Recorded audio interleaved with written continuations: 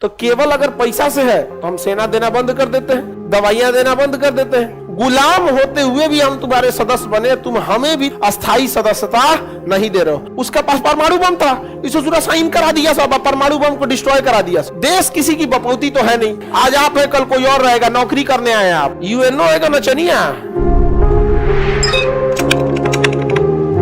UNO को भारत बहुत कम पैसे देता है, लगभग उसके कुल बजट का भारत 1.5% देता है। टोटल यूएनओ का जितना खर्चा है ना, उसका कितना परसेंट देता है? 1.5%। तो एक पहला इशू आ गया बजट का। चलते चलते एक एक करके देखते हैं क्यों हमें अस्थाई सदस्यता नहीं मिला। पहला हमारा क्या है? बजट कम है, तो इसका काट भी है। बजट के अलावा हम अपनी सेना देते हैं, दवाइयां देते हैं, जेनरिक दवाइयां पूरी इंडिया में हम ही लोग सप्लाई करते हैं, पूरी दुनिया में। हमारे यहाँ दवाइयां जो है ओरिजिनल तो बनती ही नहीं है, बहुत कम दवाइयां बनती है। हमारे यहाँ ओरिजिनल दवाइयां बहुत कम बनती है, हम लोग जेनरिक बना देते हैं। जैसे कोई वैज्ञानिक है, दवाइयां का खोज किया, उसको 20 साल तक पेटेंट दे दिया जाएगा, कमा लो बाबू तुम जितना कमाना चाहते हो। उसके बाद वो ओपन हो जाते हैं, फिर उसका जेनरिक बना सकते हैं। तो हम लोग दवाइयां बनाने में नहीं बल्कि जेनरिक बनाने में आगे हैं। ओरिजिनल दवा 100 रुपया का, जेनरिक 1 रुपया में बना देगा। तो भारत की दवाइयां किस पे डिपेंड करते हैं? जेनरिक पर। जेनरिक है तो हम लोग यहाँ देखो जेनरिक दवाइयां बहुत ज्यादा है, तो हम लोग दवाइयों की भी तो सप्लाई करते हैं। तो केवल अगर पैसा से है तो हम सेना देना बंद कर देते हैं, दवाइयां देना बंद कर देते हैं। अब वो पैसों हम क्या कर देंगे? दे देंगे यहाँ पे। तो पहला हो गया बजट। दूसरा, क्या किसी ऐसे संगठन में केवल पैसा मायने रखता है किसी चीज के लिए? मतलब कौन का बिया का नाच हो रहा है, कहा कि ढेर पैसा दे दो तो ढेर देर 2 घंटा नचवा देगा। यूएनओ है नचनिया।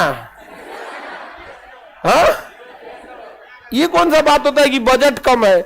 मतलब कहना क्या चाहते हैं कि पैसा देंगे तो बजट यूएनओ के अस्थायी सदस्यता दे देंगे, उस हिसाब से तो सबको मिल जाना चाहिए जो भी पैसे वाले देश। तो ये यहाँ यूएनओ की कुछ कुछ क्या है, गड़बड़ियां है। आगे बढ़े तो पहला हो गया कि उसका कहना है कि बजट, पहला एक उसका क्या कहना है? बजट। किसका बजट कम है? तो थोड़ा भी नहीं छूटा है बाबू। इससे पहले क्वेश्चन पूछ रहे थे, कहना है क्वेश्चन अभी बताए कितना परसेंट है? 1.5%। तब कुछ पूछ रहा है कितना? अरे भाई अमेरिका 35% देता है, समझ में आ गया? हम लोग देंगे, लो हमारा डिफेंस बजट उड़ जाएगा, बहुत ज्यादा पैसा लगता है, अरबों खरबों में रुपया लगेगा यहाँ पे। आगे बढ़े, चलिए ध्यान से। पहला हो गया बजट हो गया। उसके बाद कहता है कि जम्मू कश्मीर। यूएनओ का कहना है कि जम्मू कश्मीर एक विवादित जगह है और अगर आपको अस्थायी सदस्यता दे देंगे तो आपके पास हो जाएगा वीटो। अब जम्मू कश्मीर के बारे में कभी भी कोई फैसला यूएनओ करेगा तो अगर इंडिया के फेवर में गया तो ठीक है, इंडिया के फेवर में नहीं गया और जम्मू कश्मीर के फैसला आने से पहले उसे वीटो मिल गया, लगा देगा वीटो। अब ये मुद्दा कौन उठा देता है? पाकिस्तान उठा देता है कि भाई भारत को वीटो मत देना, तो हमारा पाकिस्तान अटक जाएगा। सोचो पाकिस्तान तुम अपना देखो, तुम जिंदा रहोगे कि नहीं, बाद में कश्मीर निपटेगा आदमी। अब गया जमाना कश्मीर, लाहौर अपना है, नहीं समझा? कश्मीर कश्मीर चिल्लाने दीजिए, सीधा क्या है लाहौर। हालांकि लाहौर में खाना पीना बहुत अच्छा, मतलब छोला कुलचा, बिरयानी, चाय सब।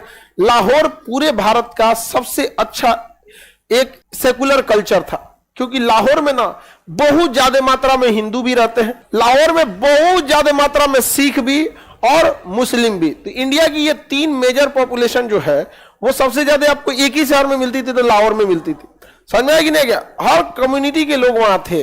तो लाहौर जीता जागता एग्जाम्पल था सेकुलरिज्म का, और वो ऐसे मिल गया। मतलब वहां पे रेड क्लिफ से पूछा कि आप लाहौर को क्यों दे दिए थे, तो कहा कि आपको कलकत्ता दिए, बंबई दिए, चेन्नई दिए, मुंबई दिए, दिल्ली दिए, लखनऊ दिए, पूना दिए, नागपुर दिए, उसको कराची की सेवा था क्या वहां पे? तो सोचे लाहौर दे देते हैं। अरे चोट्टा कहीं का प्रसादी बांट रहा है।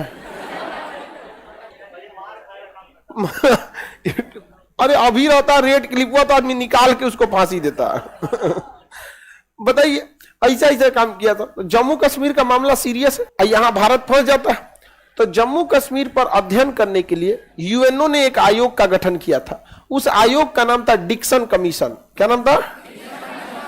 Dixon commission. डिक्सन कमीशन ने कहा था कि यूएनओ को जम्मू कश्मीर के मामले में हस्तक्षेप नहीं करना चाहिए, क्योंकि जम्मू कश्मीर पाकिस्तान और भारत का आंतरिक मामला है। अब लो, भारत कहता है कि जब ये मामला आंतरिक है तो हम अपने से सुलट लेंगे, तुम बीच में मत आओ। अब बताइए यूएनओ किसकी बात माने? पाकिस्तान का माने या खुद अपने द्वारा बनाए गए डिक्सन कमीशन का बात माने? तो यहां डिक्सन कमीशन किसके पेपर में आ जाता है? हो गया कि नहीं हो गया? बंद कर दो बाबू, गेट बंद कर दो। डिक्सन कमीशन हम लोग के पेपर में आ गया। इसके अलावे 1971 में हम लोग ने पाकिस्तान को पकड़ के जबरदस्त धो दिया और 72 में पाकिस्तान सरेंडर कर दिया। उसके 93,000 फौज क्या कर दी, सरेंडर कर दी, क्योंकि भारत से हम नहीं लड़ पाएंगे, तो हम लोग उसको 93,000 फौज को लौटाए। और दोनों के बीच में एक समझौता हुआ, शिमला समझौता, जिसमें कहा गया कि फ्यूचर में अगर कभी भी भारत और पाकिस्तान में कोई विवाद होगा तो उसे हम दोनों मिल बैठ कर सुलझा लेंगे, बायलैटरल, द्विपक्षीय तौर पे सुलझा लेंगे। समझ में आ गया नहीं आ गया, कभी किसी तीसरे को नहीं बुलाएंगे। तो भारत कहता है डिक्सन कमीशन की भी बात मानो, दूसरा शिमला समझौता की भी बात मानो। डिक्सन यूएनओ का है, शिमला समझौता पाकिस्तान और भारत दोनों के प्रधानमंत्री ने साइन किया यहाँ पे, तो जम्मू कश्मीर का तो मामले निपट गया। अब भारत कहता है कि जब यूएनओ की स्थापना हो रही थी, यूएनओ की स्थापना हो रही थी, तो 1945 में ही भारत यूएनओ का सदस्य बन गया था। गुलाम होते हुए भी हम तुम्हारे सदस्य बने, तुम हमें भी तुम क्या कहते हो, अपना सदस्य अस्थाई सदस्यता नहीं दे रहे हो। हमें तो कम से कम यूएनओ में अस्थाई होना चाहिए। उसके बाद यूएनओ कहता है कि दुनिया में लोकतंत्र होना चाहिए, क्योंकि लोकतंत्र पब्लिक के लिए अच्छा होता है, राजतंत्र अच्छा नहीं है। राजतंत्र में राजा जो बोल दिया वही हो जाता है, सर कलम कर दो, राजतंत्र हो जाएगा। तानाशाही और खराब होता है। चाइना में जो है, चाइना में क्या जी, साम्यवादी, साम्यवादी में पब्लिक से कोई नहीं पूछा जाता, जो पार्टी ने डिसीजन ले लिया वही ले लिया।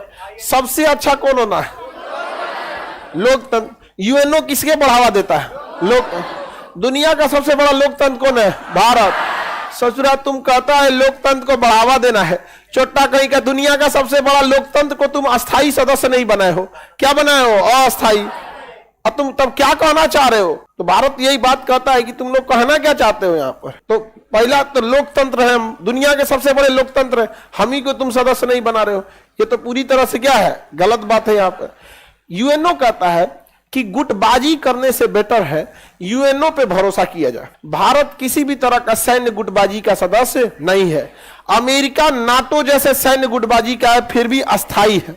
ब्रिटेन नाटो का है फिर भी अस्थाई है। फ्रांस नाटो का सदस्य है फिर भी अस्थाई है।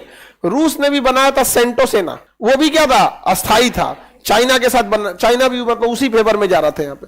तो भैया जब तुम कहते हो गुटबाजी नहीं होना चाहिए और गुटबाजियों वालों को रखे हो अस्थाई सदस्य, दुनिया का पहला देश भारत था जिसका प्रधानमंत्री जवाहरलाल नेहरू ने पूरे दुनिया में गुट निरपेक्ष आंदोलन चला दिया कि किसी को किसी गुट में जाने की जरूरत नहीं है, और तुम उसी देश को अस्थाई सदस्य नहीं दिए हो, यह गलत बात है यहाँ पर। तो भारत यूएनओ के हर मामले को फॉलो करता है, एक जगह आके अटक जाता है। यूएनओ कहता है कि आप न्यूक्लियर नॉन प्रोफिलरेशन ट्रीटी साइन कीजिए, एनपीटी। क्या साइन कीजिए, एनपी, कि आप अपनी न्यूक्लियर तकनीक किसी को साझा नहीं करेंगे। भारत यहां भी नहीं फंसता, कहता है ठीक है ना, हमें किसी ने परमाणु बम बनाने का तरीका बताया है और ना हमने किसी दूसरे को बताया है। हमारे यहाँ के वैज्ञानिक खुद सीख गया सब, अब भड़का दिया सब। हम पाकिस्तान की तरह नहीं है, वहां का जाकिर खान था पाकिस्तान का वैज्ञानिक, वहां पे अब्दुल कादिर, जाकिर खान ने अब्दुल कादिर फ्रांस का था, फ्रांस में मतलब सीख लाया था। खैर पाकिस्तान ने भी डेवलप कर दिया, वो अपना बेच दिया एक दो जगह। हम लोगों ने ना ही टेक्नोलॉजी किसी दूसरे से ली है, ना ही हम अपनी टेक्नोलॉजी दूसरे को साझा किए हैं। हम पूरी जिम्मेदार देश हैं, पूरे जिम्मेदार नागरिक, हम इसकी सुरक्षा कर सकते हैं। तो हम एनपीटी पे साइन नहीं किए, लेकिन एनपीटी को फॉलो करते हैं कि नहीं। वो कहता है सीटीबीटी पे साइन कीजिए, सीटीबीटी कॉम्प्रिहेंसिव टेस्ट, बहुत बड़ा परमाणु परीक्षण, कॉम्प्रिहेंसिव टेस्ट बैन ट्रीटी, बहुत बड़े परमाणु परीक्षण पर प्रतिबंध लगाती है ट्रीटी। जो सीटीबीटी पे साइन करता है ना, वो परमाणु बम का परीक्षण नहीं कर सकता है, परमाणु बम का परीक्षण नहीं कर सकता। हम लोग 1974 में परीक्षण कर दिए और 1998 में कर दिए। चाइना कहता है देखिए देखिए देखिए, ये अस्थाई सदस्यता मांग रहा है और इसी का नियम नहीं फॉलो कर रहा है। इससे पहले साइन कराइए एनपीटी पे, न्यूक्लियर नॉन प्रोफिलरेशन ट्रीटी, साइन कराइए। भारत कहता ना करेंगे, कहता सीटीबीटी पे साइन कराइए कि हम परमाणु परीक्षण नहीं करेंगे। तो सीटीबीटी पे लिखा है कि हम जमीन पे परीक्षण नहीं कर सकते, हवा में नहीं कर सकते, पानी में नहीं कर सकते। हम लोग जमीन के अंदर किए हैं, जो उसमें लिखा ही नहीं था, क्योंकि अंडरग्राउंड एक क्लॉज ही अलग होता है। कि अंडरग्राउंड एक क्लॉज अलग होता है वहां पे, वो एक अलग दुनिया है, अंडरग्राउंड की दुनिया है यहाँ पे भूमिगत। तो हम लोग साइन ना एनपीटी पे किया है ना सीटीबीटी पे की, लेकिन एनपीटी और सीटीबीटी दोनों में से किसी को हमने उल्लंघन नहीं किया। तो आप कहिएगा कि सर क्यों नहीं तब साइने कर देते हैं, कि जब हम एनपीटी पे साइन, जब हम एनपीटी कहता है कि ना ही आप किसी से परमाणु तकनीक लीजिएगा ना किसी को दीजिएगा, ना हमें किसी से परमाणु तकनीक लेने की जरूरत है ना देने की जरूरत है, तो हम इस पे साइन क्यों नहीं कर देते? और परमाणु परीक्षण की खुद ही यह अनुमति देता है कि आप भूमिगत परीक्षण कर सकते हैं, और हम लोगों ने भूमिगत परीक्षण करके उसका पावर को टेस्ट कर लिया है कितना तगड़ा है, तो हम साइन क्यों नहीं कर देते हैं? दिक्कत यहां यह है कि इस पर लिखा हुआ है कि इस पर साइन करने वाला देश यह स्वीकार करता है कि केवल 5 देश ही परमाणु बम रखेंगे जिनके पास वीटो है। तो हम इसको जैसे साइन करेंगे ना, तो हम ये स्वीकार करेंगे कि परमाणु हथियार रखने का अधिकार बस उन्हीं 5 देशों को है, अमेरिका, ब्रिटेन, फ्रांस, रूस, चाइना। तो इससे साइन करने के बाद निकले हैं, लेकिन जैसे साइन करेंगे तो हम ये स्वीकार कर लेंगे कि हम अपना परमाणु बम हटा रहे हैं। ससुरा अफ्रीका, साउथ अफ्रीका जो देश है ना, साउथ अफ्रीका, उसका पास परमाणु बम था, इसे पूरा साइन करा दिया सब, परमाणु बम को डिस्ट्रॉय करा दिया सब। ये अंग्रेज सबके भरोसे मत रहिएगा। तो भारत पे दबाव बनाया गया कि तुम साइन करो, दोनों पे साइन करो। क्या करो? दोनों पे साइन करो, तब हमें तुम्हें अस्थायी सदस्यता देंगे। अब देखिए कौन सी हंस रहा है, ये बकले लिया, इधरों से हंस रहा है सब, उधरों से हंस रही है।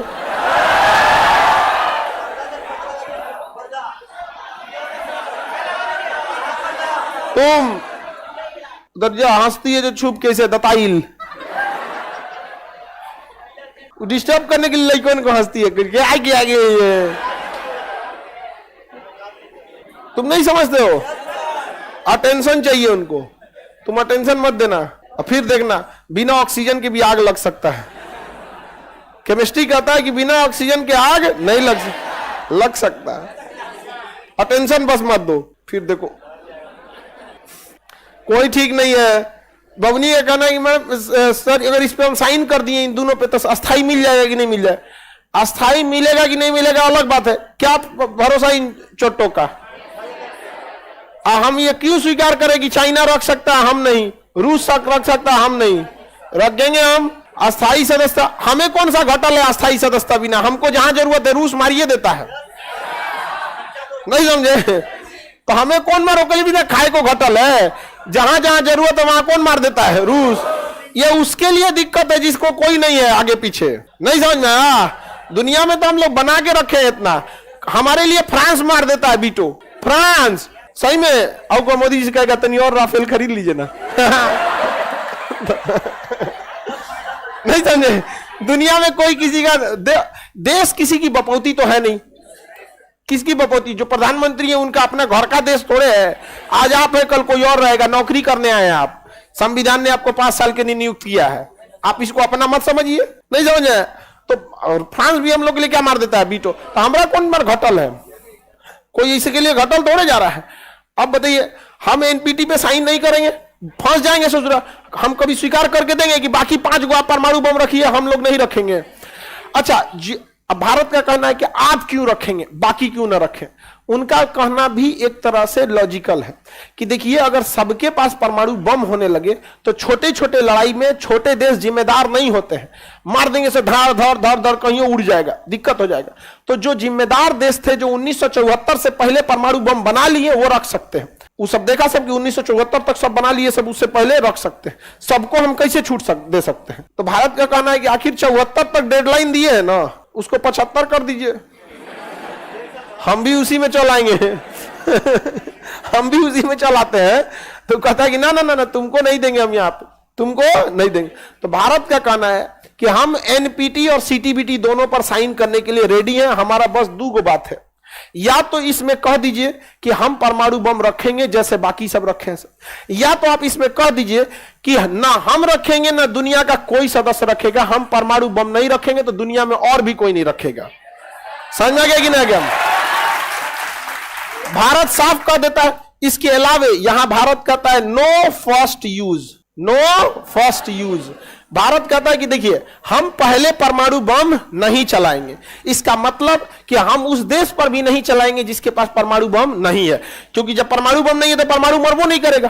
कहता है नो फर्स्ट यूज, हम पहला यूज नहीं करेंगे। यानी अगर कोई हमारे किसी शहर मान के मुंबई पे गिरा दिया तब तो हम ना छोड़ेंगे, तब तो हम नहीं छोड़ने वाले। जाए जापान पे क्या हुआ, नागासाकी पे मारा, ब्लैकमेल कर रहा है कि हर सरेंडर करो नहीं तो फिर मारेंगे, मार हिरोशिमा में मारा, फिर नागासाकी में मारा, कर अगला क्वेटो पे मारेंगे, फिर अगला टोक्यो पे मारेंगे। जापान को सरेंडर करना पड़ा। भारत का कहना कि हम हमला के लिए नहीं रखे, लेकिन हम ब्लैकमेल नहीं होंगे। नो फर्स्ट यूज, समझ में आ गया कि नहीं? नो फर्स्ट यूज, हम पहला यूज नहीं करेंगे, लेकिन अगर कोई हमारे ऊपर यूज कर दिया तो हम उसको यूज एंड थ्रो कर देंगे।